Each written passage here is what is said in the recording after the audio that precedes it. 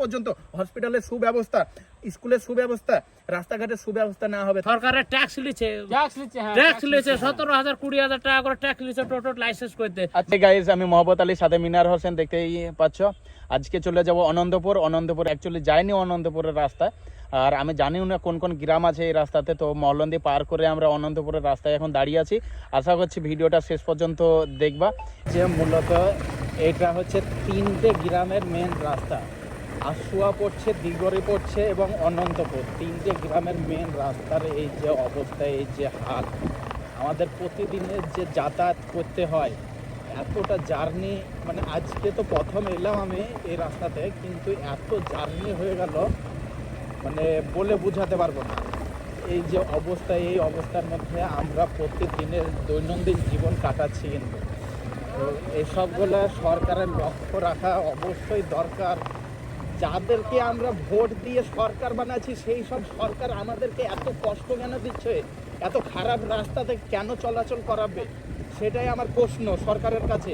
আর এই প্রশ্নতে যারা রাখছো, যারা উল্টোপাল্টা কমেন্ট করছো, তোমার কমেন্টে তো আমার কোনো যায় আসে না, কিন্তু যতদিন না এইসব গ্রাম বাংলার এইসব রাস্তাগুলো ঠিকঠাক হবে, ততদিন পর্যন্ত আমি এরকম প্রতিবাদ চালিয়ে যাব।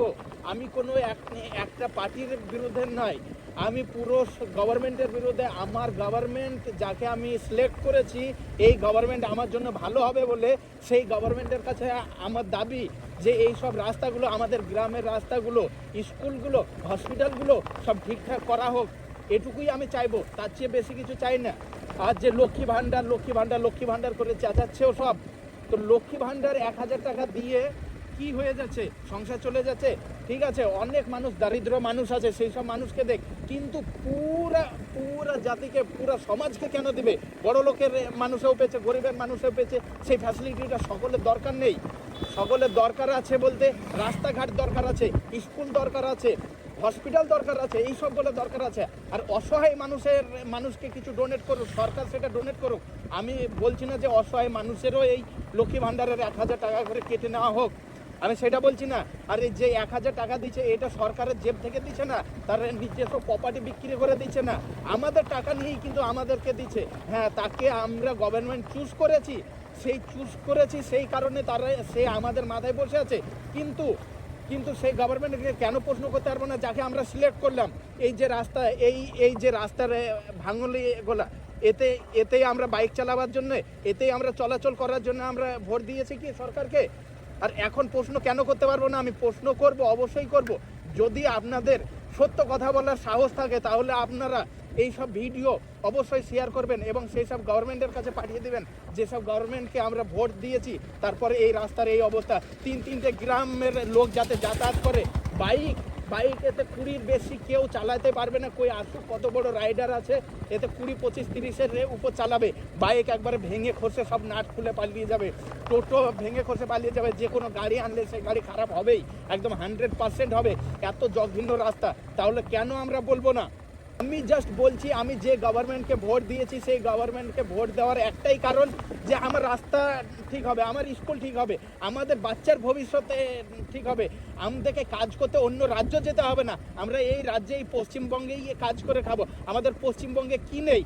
আমাদের পশ্চিমবঙ্গে একটা কান্ট্রি হতে যত কিছু দরকার, সেই সমস্ত জিনিস আছে। তারপরেও আমাদের পশ্চিমবাংলার হাল এরকম হয়ে কেন থাকবে? আমরা এই সরকারকে সিলেক্ট করে নিয়ে এর জন্য যে আমরা এত খারাপ পরিস্থিতিতে বসবাস করব। আর কিছু মানুষ বলছে এর আগে যে মুখ্যমন্ত্রী ছিল সে কি করেছিল। আরে ভাই, আমি সেই সব মুখ্যমন্ত্রী খারাপ ছিল বলে আমি ভোট দিয়ে এই মুখ্যমন্ত্রীকে এনেছি, এই গভর্নমেন্টকে সিলেক্ট করেছি ভোট দিয়ে। ওই গভর্নমেন্ট ভালো ছিল না বলেই তারপরে আসার পর একে যখন ভালো মনে করে আমাদের লিডার হিসাবে আমরা সিলেক্ট করলাম সকলে ভোট দিয়ে, তারপরে কেন রাস্তাঘাট দেখবে না, কেন হসপিটাল দেখবে না, আর নর্মাল মানুষ যে কেন ফ্যাসিলিটি পাবে না? এটাই আমার প্রশ্ন, এটাই সকলের কাছে প্রশ্ন। যদি ভিডিওটা ভালো লাগে অবশ্যই শেয়ার করবে এবং আওয়াজ তুলবে। আমি মোহাম্মদ আলীর সাথে মিনার হোসেন, আমি এক পাও পেছাবো না যতদিন আমাদের গ্রাম বাংলার এই অবস্থা ঠিক না হবে। আমি এক পাও প্রতিবাদ করতে পেছাবো না, ইনশাআল্লাহ। আর যারা ভাবছো যে খারাপ কমেন্ট করে হয়তো আমাদেরকে অন্য কিছু বোঝাতে চাইছো, তো তাদের ক্ষেত্রে বলছি যে তোমরা যত খারাপ কমেন্ট করো, যাই করো না, আমরা তোমাদের কমেন্টের সাথে আমাদের কোনো সাথ নেই। তোমরা করো না করো, যদি তোমাদের ভালো না লাগে, যদি তোমাদের পছন্দ না হয়, তো তোমরা স্কিপ করে দিতে পারো, তোমরা দেখো না, তবুও তোমরা আমাদের খারাপ কমেন্ট করো না। আমরা তোমাদের সঙ্গে কথা বলছি না, তোমাদের সঙ্গে আমাদের ঝামেলা নেই। ঝামেলা আমাদের বক্তব্য হচ্ছে আমাদেরকে ভালো রাখা হোক, আমাদের অবস্থা ভালো করা হোক, আমাদের ভবিষ্যৎ ভালো করা হোক। এগুলো কি এগুলো? মাত্র 3 কিলোমিটার বাইক চালানোর পর এমন অবস্থায় একদম এখান থেকে শুরু করে পুরো শরীর ব্যথা হয়ে গেল। কি কারণে ব্যথা হলো? রাস্তার কারণে। এই যে রাস্তার অবস্থা, এই যে টোটোটা যেছে কিভাবে, মানুষটা যাবে কিভাবে? একটা অসুস্থ রুগী থাকলে সে তো আরো অসুস্থ হয়ে পড়বে। আমাদেরকে ব্যাডলি কমেন্ট করে ভাবছো যে ঠেকাতে পারবে না। যতদিন না আমরা এইসব রাস্তাগুলা ভাঙাচোরা রাস্তাগুলা সুব্যবস্থা পাচ্ছি, ততদিন পর্যন্ত আমাদের এই প্রতিবাদ চলতে থাকবে। 3টে জিনিসে আমাদের প্রতিবাদ চলবে, তাতে সরকারের যেই আসুক। আমরা এই গভর্নমেন্টকে এনেছি এই কারণে, আগের গভর্নমেন্ট আমাদের ভালো ছিল না বলে আমাদের রাজ্য সরকারকে এই কারণেই সিলেক্ট করে আনা হয়েছে। কিন্তু এখন যদি এই রাজ্য সরকার ওই রাজ্য সরকারের মতোই যদি বলে, কিছু কিছু লোক এসে বলছে যে আগের মুখ্যমন্ত্রী কি করেছে। আচ্ছা, আগের মুখ্যমন্ত্রী ভালো ছিল না বলেই তো তাকে চেঞ্জ করেছি, দিয়ে এই মুখ্যমন্ত্রীকে এনেছি। তাহলে আগের যে মুখ্যমন্ত্রী তার সঙ্গে আমি তুলনা কেন করব? এই মুখ্যমন্ত্রী ভালো বলে আজকে তিনবার মুখ্যমন্ত্রী রানিং মুখ্যমন্ত্রী আছে, তাকে কেন প্রশ্ন করব না? কেন এরকম রাস্তাতে আমরা চলবো? যতদিন পর্যন্ত হসপিটালের সুব্যবস্থা, স্কুলের সুব্যবস্থা, রাস্তাঘাটের সুব্যবস্থা না হবে, ততদিন কিন্তু আমার প্রতিবাদ, আমি সাথে মিনার হোসেন দুজনের প্রতিবাদ চলতে থাকবে। যারা আমাদের কথা বুঝতে পারবা তারা সাথ দাও, আর যারা বুঝতে পারবা না তারা ভিডিও স্কিপ করে চলে যাও, কোনো রকম প্রবলেম নাই। তোমাদের ভাই মন্তব্যের দরকার নেই, আমাদের তোমাদের কোনো মন্তব্য লাগবে না। তোমরা যদি পছন্দ হয় দেখো, না পছন্দ হয় তোমরা স্কিপ করো। বলেন এই যে কতটা গ্রাম আছে এই রাস্তাটায়? এইখান থেকে একবারে নবগ্রাম পর্যন্ত রাস্তা খারাপ, এমন খারাপ গাড়িতে উল্টে যায় তো ট্যাঙ্ক ভেঙে পড়ে থাকবে মানুষ। তাহলে কত কষ্টতে আমাদের ঠান্ডার সময় পড়ে মানুষ ট্যাঙ্ক ভেঙে পড়ে যাতে 1 সপ্তাহের মধ্যে মরে যাবে। যেছি আসছি সেটা চিন্তা করার দরকার একটা সরকারকে।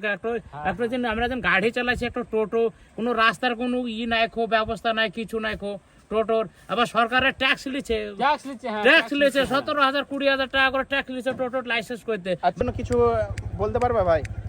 কি বলবো, সরকার তো মানে ধ্যানই দেয় না এগুলো। অনেক দিন হয়ে গেল তো, মোটামুটি না হলে 12-13 বছর হয়ে গেল। 12-13 বছর এইভাবেই আছে। কটা গ্রাম আছে এই রাস্তায়? আছে অনেকগুলো, তো 5-6টা গ্রাম। তো আমাদের গভর্নমেন্টকে বোঝা উচিত, এই যে মানুষ প্রতিদিন যাতে কষ্ট পেয়েছে, এই যে মানুষগুলা অল্প কষ্ট, 1-2 দিন কষ্ট পেয়ে কিন্তু এইসব কথাগুলো বলে না। এইসব কথাগুলো আপনার জানা অবশ্যই দরকার। সেই কারণে আপনার চোখে হয়তো পড়ে না। আপনি বলবেন আপনি একটা মুখ্যমন্ত্রী, আপনার নেতারা যদি আপনাকে না বলে তাহলে আপনি কিভাবে সেগুলো বুঝবেন? সেই কারণেই নেতারা আপনাদেরকে বলে না বলেই আজকে আমি রাস্তায় বেরিয়েছি। এবং এইসব ভিডিওগুলো আমি চাই যে বেশি বেশি করে মানুষ শেয়ার করুক এবং আপনার কাছে পৌঁছে দেখ। আপনি এইসব জিনিসগুলো দেখুন এবং এইসব জিনিসের উপর কাজ করুন। কাজ করে আপনি ভোট নেন, কাজ করে গভর্নমেন্ট বানান। আপনি কোনো প্রকল্প দিয়ে গভর্নমেন্টে না হয়ে আপনি কাজ দেখে গভর্নমেন্ট হন, মানুষ হাসতে হাসতে আপনাকে ভোট দেবে। সো আমাদের ভিডিওটা ভালো লাগলে অবশ্যই লাইক কমেন্ট শেয়ার করে পাশে থাকবা। দেখা হবে পরের কোনো একটা ভিডিওতে, পরের কোনো একটা গ্রামে, যে গ্রাম থেকে বেশি বেশি কমেন্ট আসবে। তো আজকের জন্য এইটুকুই। আমি মোহাম্মদ আলীর সাথে মিনার হোসেন। ভালো থাকবেন, সুস্থ থাকবেন সকলেই। আল্লাহ হাফেজ।